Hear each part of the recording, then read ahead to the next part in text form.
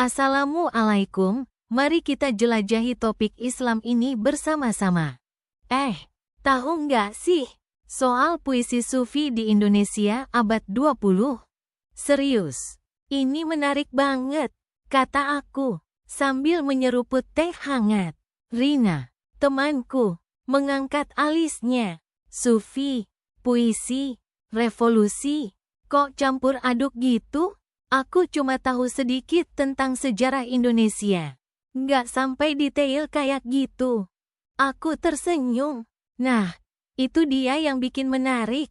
Bayangin, Indonesia abad 20 kan zamannya penuh gejolak. Perjuangan kemerdekaan, pergolakan politik, perkembangan ideologi. Bayangin semua itu dibingkai sama puisi-puisi sufi yang penuh mistisisme dan kerinduan akan Tuhan. Mungkin ada hubungannya dengan semangat perjuangan?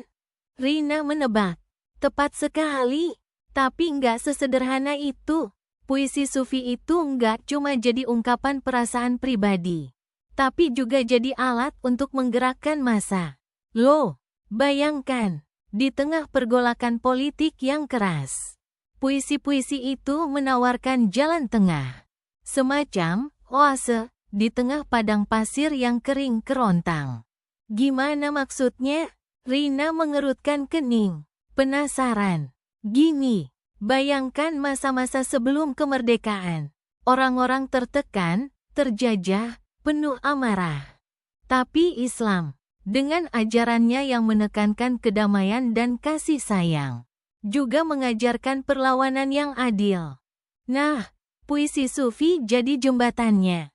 Ia menyuarakan kerinduan akan kebebasan, mengingatkan akan nilai-nilai kemanusiaan, tapi dengan bahasa yang halus, penuh simbolisme, dan menghibur hati yang terluka.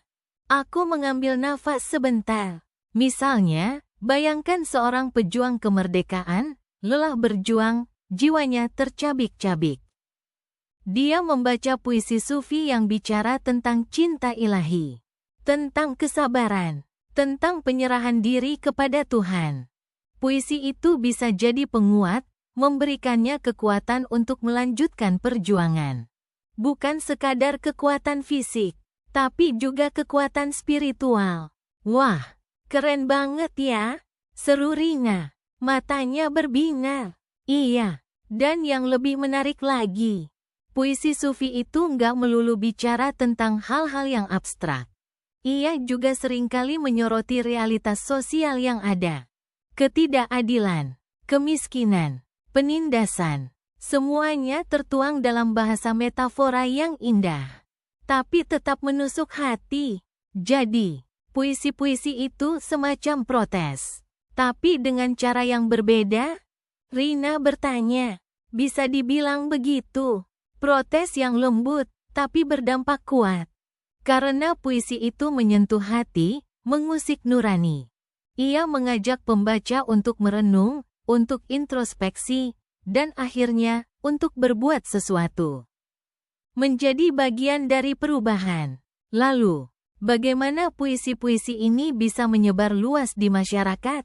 Rina penasaran. Nah, ini yang menarik lagi. Sebagian besar puisi sufi itu disebarluaskan secara lisan, dari mulut ke mulut. Di pengajian, di majelis taklim, di warung kopi, bahkan di tengah-tengah pertempuran. Bayangkan, seorang pejuang membaca puisi sufi di tengah hutan. Diselingi bunyi senjata dan teriakan. Itu bukan sekadar hiburan, tapi juga penguatan spiritual. Suatu bentuk perlawanan yang unik. Aku melanjutkan. Dan tentu saja, seiring berkembangnya teknologi percetakan, puisi-puisi itu mulai dicetak dan disebarluaskan lebih luas lagi. Majalah, buku, pamflet, semuanya jadi media untuk menyebarkan pesan-pesan yang tersirat dalam puisi sufi. Jadi, puisi sufi di Indonesia abad 20 itu bukan cuma karya sastra biasa, tapi juga punya peran penting dalam revolusi sosial. Ya, Rina menyimpulkan. Betul sekali. Ia jadi bagian tak terpisahkan dari sejarah Islam di Indonesia. Ia mengajarkan kita bahwa dakwah, perjuangan, dan penyampaian pesan-pesan keagamaan bisa dilakukan dengan berbagai cara. Salah satunya melalui seni, khususnya puisi. Puisi Sufi mengajarkan kita bagaimana menggabungkan spiritualitas dengan aksi nyata, iman dengan perjuangan. Aku tersenyum, membayangkannya saja sudah membuatku kagum. Betapa indahnya ketika kerinduan akan Tuhan bertemu dengan kerinduan akan keadilan. Ketika mistisisme berpadu dengan revolusi. Rina mengangguk, terkesan. Aku jadi ingin mencari tahu lebih banyak tentang puisi Sufi ini. Kamu punya rekomendasi buku atau lain nggak? Petik 2. Aku tertawa. Nah, itu dia tugas kita selanjutnya. Kita bisa mulai dari mencari tahu nama-nama penyair Sufi terkemuka di Indonesia abad 20. Dan membaca karya-karya mereka. Siapa tahu kita bisa menemukan inspirasi baru dari puisi-puisi yang penuh makna itu. Bayangin, ya, Indonesia awal abad 20. Belum ada gadget, mobil masih barang mewah, dan surat kabar aja belum merata. Tapi di tengah kesederhanaan itu, ada gelombang besar yang sedang bergulung. Gelombang perubahan yang dipicu oleh sesuatu yang mungkin gak terpikir banyak orang. Puisi-puisi Sufi. Puisi Sufi? Maksudnya puisi-puisi tentang mistisisme Islam? Tanya Rara. Matanya berbinar penasaran. Iya, persis. Tapi bukan puisi-puisi yang cuma indah dibacanya aja. Ini puisi-puisi yang punya nyali. Yang ngebahas ketidakadilan sosial, penindasan, dan kerinduan akan keadilan dengan bahasa yang sangat puitis. Tapi juga menusuk kalbu. Bayangkan, karya-karya yang mencampur kedalaman spiritualitas Sufi dengan realitas sosial yang keras di Indonesia saat itu. Aku menyesap kopi, mengingat kembali apa yang kupelajari. Bayangkan, situasi politik di Indonesia waktu itu kan masih di bawah penjajahan Belanda. Rasa tertindas, eksploitasi ekonomi, dan ketidakadilan merajalela. Orang-orang merasa kehilangan suara, tercekik. Nah, puisi-puisi Sufi ini menjadi saluran ekspresi. Suara bagi mereka yang merasa terpinggirkan. Tapi bagaimana puisi bisa memicu revolusi? Rara bertanya lagi, sedikit ragu. Nah, ini yang menarik. Puisi Sufi, dengan bahasanya yang simbolis dan metaforis, mampu menembus batasan-batasan. Ia mengatasi sensor yang ketat dari pemerintah kolonial. Mereka mengungkapkan kegelisahan sosial dengan cara yang tidak langsung, namun sangat efektif. Bayangkan, kata-kata tentang cinta ilahi bisa diartikan sebagai cinta akan tanah air, cinta akan keadilan, bahkan cinta akan kebebasan dari penindasan. Ini sebuah bentuk perlawanan yang sangat halus, tapi sangat berdampak. Jadi, puisi-puisi itu menginspirasi orang untuk berjuang? Petik 2. Tepat sekali. Puisi-puisi ini mengusik hati nurani, membangkitkan kesadaran akan ketidakadilan. Ia menciptakan sebuah persatuan spiritual, sebuah ikatan yang menghubungkan orang-orang dari berbagai latar belakang dalam satu cita-cita, pembebasan. Siapa saja penyair-penyairnya? Rara bertanya, semakin tertarik. Ada banyak, dan banyak yang masih belum kita kenal namanya. Tapi bayangkan para penyair yang mengolah filosofi Sufi dengan pengalaman hidup di Indonesia saat itu, dengan segala kepahitan dan harapannya. Mereka bukan hanya menulis untuk dibaca, tetapi untuk dirasakan, untuk dihayati, untuk menjadi semangat perjuangan. Puisi-puisi ini membangkitkan semangat nasionalisme, menguatkan identitas, dan memicu perjuangan melawan penindasan. Aku melanjutkan, bayangkan, di suasana remang-remang Langgar, atau di bawah pohon rindang. Orang-orang berkumpul, membaca puisi-puisi ini dengan suara lirih, tapi penuh semangat.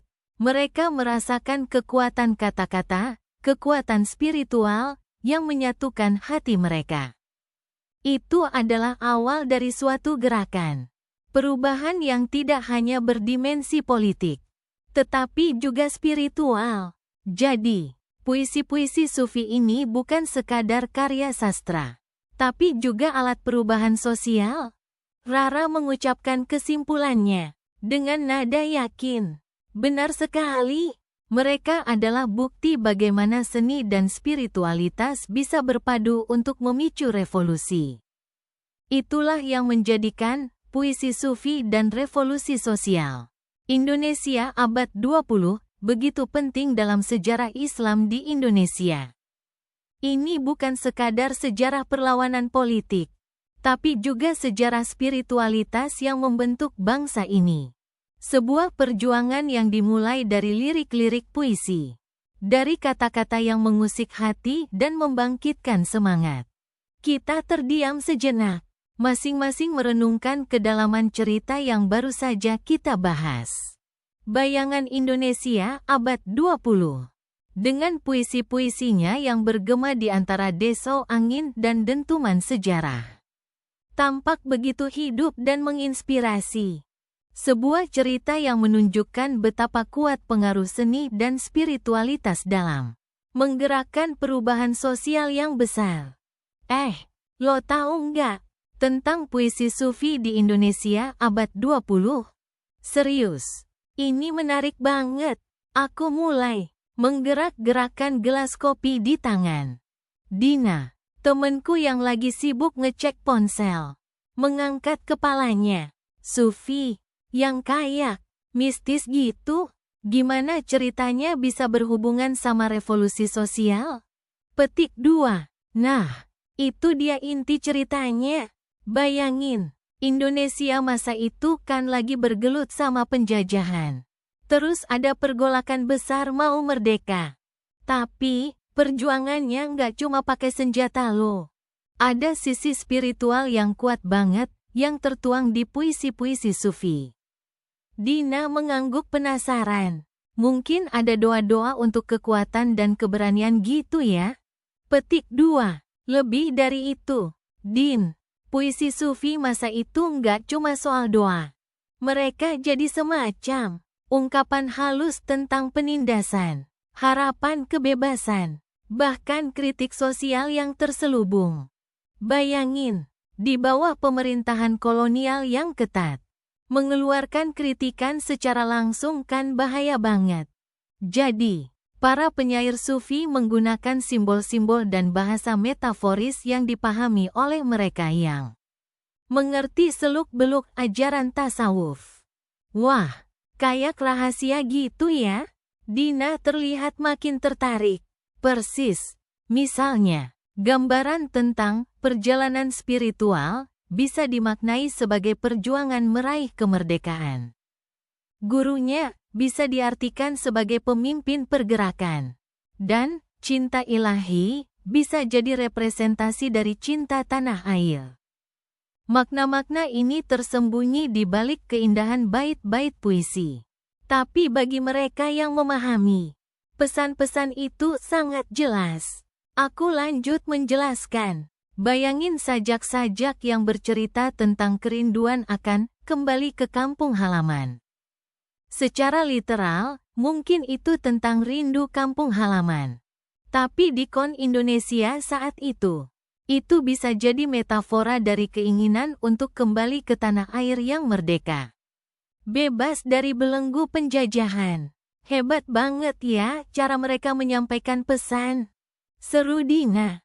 Tapi, kan pasti ada resikonya juga ya. Kalau sampai ketahuan pemerintah kolonial. Petik 2. Pasti. Banyak penyair Sufi yang dipenjara, diasingkan. Bahkan ada yang hilang tanpa jejak. Tapi, mereka tetap menulis, tetap menyuarakan harapan lewat puisi-puisi mereka. Itulah yang bikin puisi Sufi di masa revolusi itu begitu berharga. karena mencerminkan keberanian, kegigihan, dan keimanan yang luar biasa. Aku mengambil napas, merangkum semuanya. Jadi, puisi Sufi di Indonesia abad 20 nggak cuma karya sastra biasa.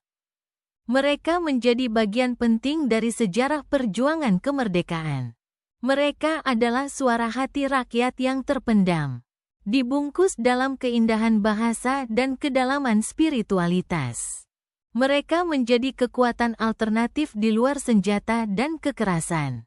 Sebuah bentuk perlawanan yang subtil namun sangat efektif. Gimana mereka menyebarkan puisinya? Kalau secara langsung bahaya? Tanya Dina. Masih penasaran? Nah, ini juga menarik. Mereka memanfaatkan berbagai cara. Ada yang menyebarkannya secara lisan, dari mulut ke mulut, di majelis-majelis taklim, atau di pesantren-pesantren. Ada juga yang mencetaknya dalam bentuk risalah kecil yang disebar secara rahasia. Bayangkan betapa berharganya setiap bait puisi itu. Karena setiap penggandaan risalah itu adalah tindakan keberanian yang beresiko. Petik 2. Dina menghela napas panjang. Aku jadi penasaran pengen baca puisi-puisi Sufi masa itu.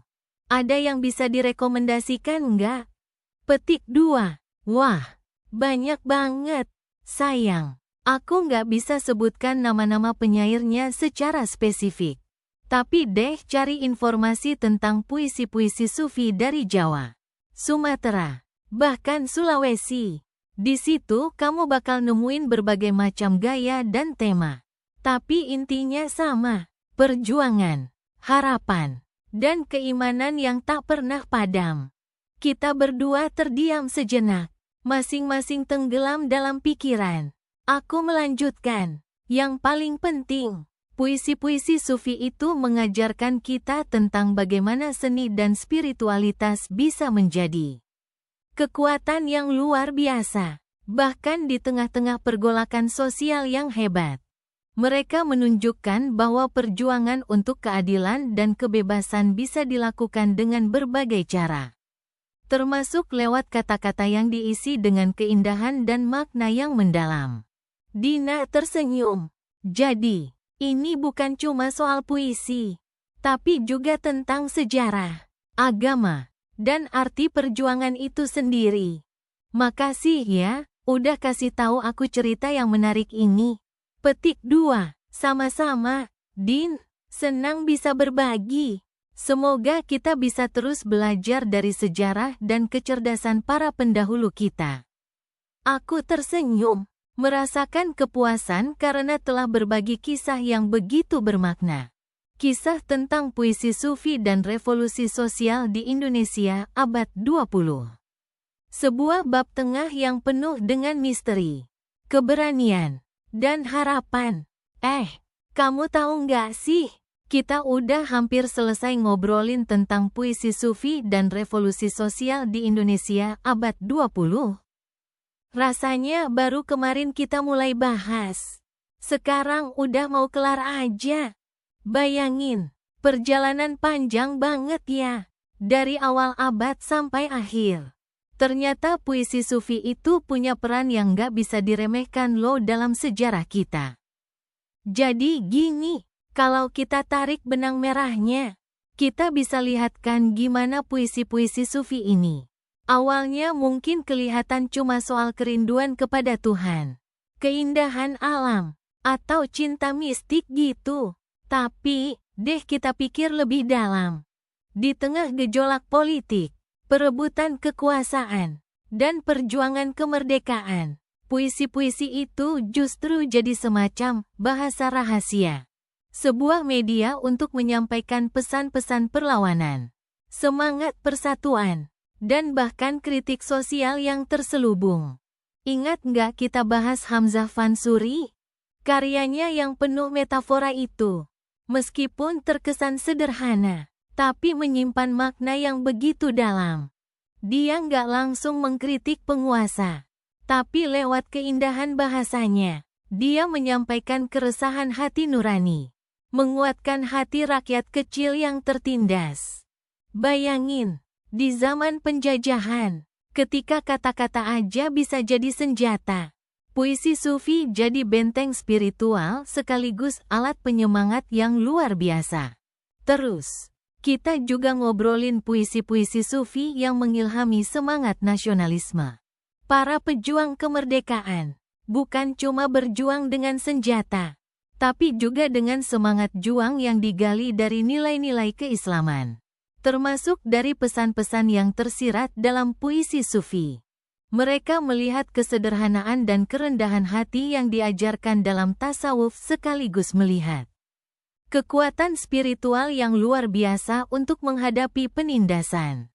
Jadi, puisi sufi ini bukan sekedar karya sastra, tapi juga menjadi inspirasi dan kekuatan batin.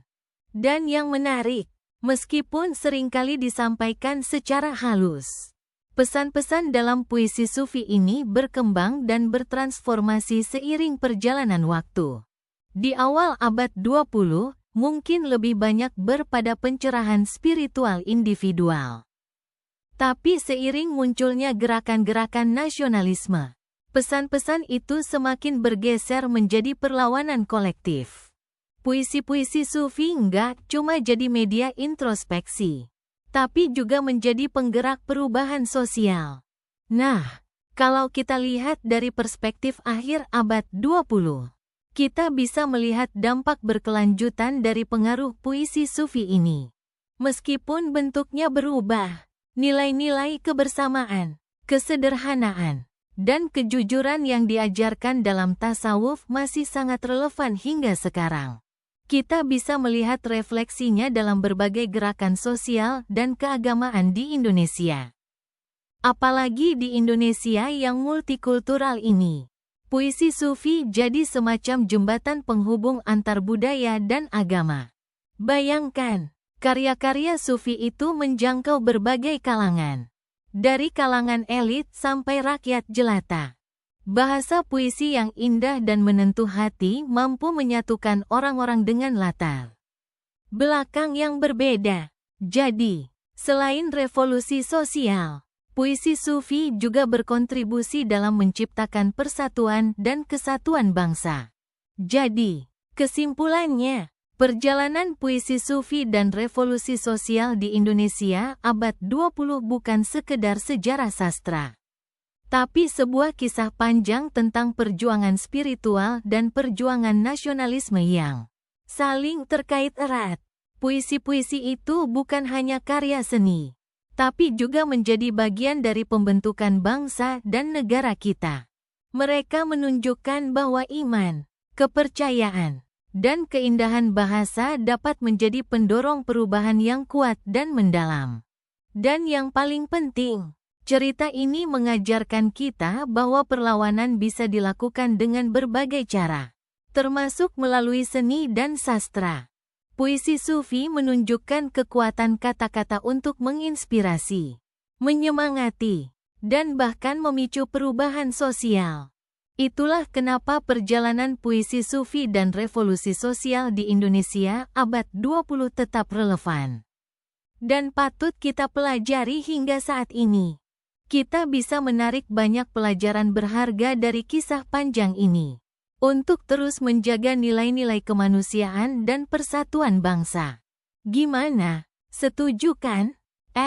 Kamu lagi baca apa sih? Asyik banget, tanya Anis, sahabatku, sambil menyambar gelas kopi yang baru kuseduh. Aku tersenyum, menunjuk buku tebal di tanganku. Ini buku tentang puisi sufi dan revolusi sosial di Indonesia abad 20. Serius, isinya keren banget. Bayangkan, puisi-puisi yang dulu jadi senjata revolusi. Loh, Anis mengerutkan kening. Puisi, revolusi, gimana sih hubungannya? Petik 2. Nah, ini dia yang menarik, kataku. Menarik kursi agar Anis duduk di sampingku. Bayangkan Indonesia masa penjajahan, masa-masa sulit banget. Penuh ketidakadilan. Orang-orang butuh semangat, butuh pegangan, Dan ternyata, puisi Sufi jadi salah satu kekuatan itu. Puisi Sufi? Maksudnya puisi-puisi mistik gitu? Tanya Anis. Matanya berbinar penasaran. Iya, kurang lebih begitu. Tapi bukan puisi yang cuma indah kata-katanya aja. Puisi Sufi saat itu mengandung pesan-pesan yang sangat kuat. Pesan-pesan tentang persaudaraan, keadilan, dan perlawanan terhadap penindasan. Para penyair Sufi nggak cuma berpuisi tentang keindahan Tuhan, tapi juga tentang penderitaan rakyat, tentang kemiskinan, tentang perjuangan merebut kemerdekaan. Aku mengambil buku itu dan membacakan sepenggal puisi karya seorang penyair Sufi yang ku kenal dari buku ini. Petik 2.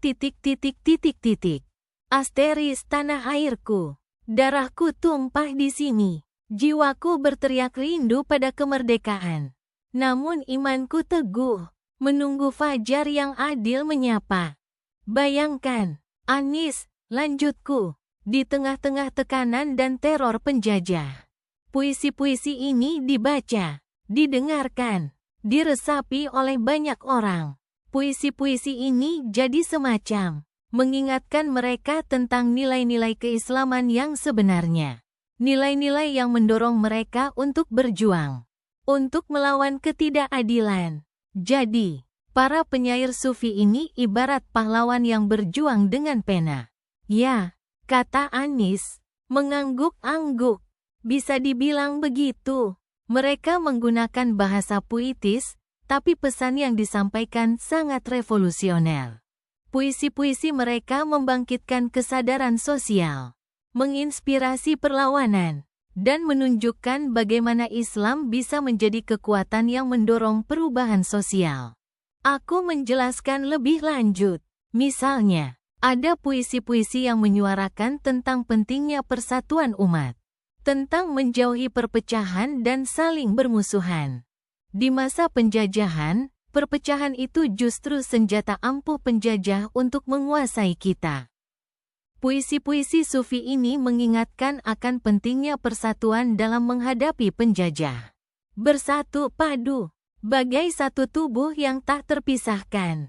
Lalu, bagaimana puisi-puisi ini bisa sampai ke banyak orang di masa itu, tanpa media sosial kayak sekarang? Tanya Anis, penasaran. Itu yang lebih menakjubkan lagi, jawabku. Puisi-puisi itu menyebar lewat lisan, lewat pertemuan-pertemuan rahasia, lewat pengajian, lewat syair-syair yang dinyanyikan. Bayangkan, suara seorang penyair membacakan syairnya di tengah malam, menyampaikan pesan harapan dan semangat perlawanan kepada pendengarnya. Itu kekuatan yang luar biasa. Petik 2. Wow, keren banget, seru Anis, terkesan. Nah, pertanyaannya sekarang, kataku, sambil meletakkan buku itu, apa yang bisa kita pelajari dari semua ini? Apa yang diajarkan puisi Sufi dan revolusi sosial di Indonesia abad 20 kepada kita, kaum muslim di era sekarang? Petik 2. Aku melanjutkan. Menurutku, yang paling penting adalah kita belajar tentang bagaimana menggunakan kreativitas dan kearifan spiritual untuk menyampaikan pesan-pesan kebaikan dan keadilan. Puisi Sufi mengajarkan kita untuk mengemas nilai-nilai Islam dengan cara yang indah dan inspiratif, sehingga mudah diterima oleh banyak orang. Dan juga, pentingnya persatuan. Ya, timpal Anis.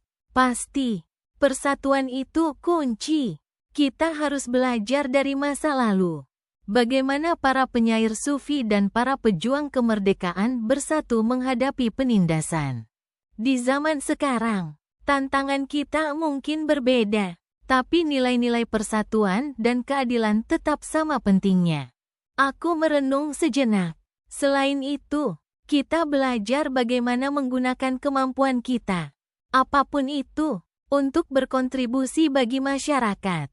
Para penyair Sufi itu menggunakan bakat menulis dan syairnya untuk membangkitkan semangat rakyat.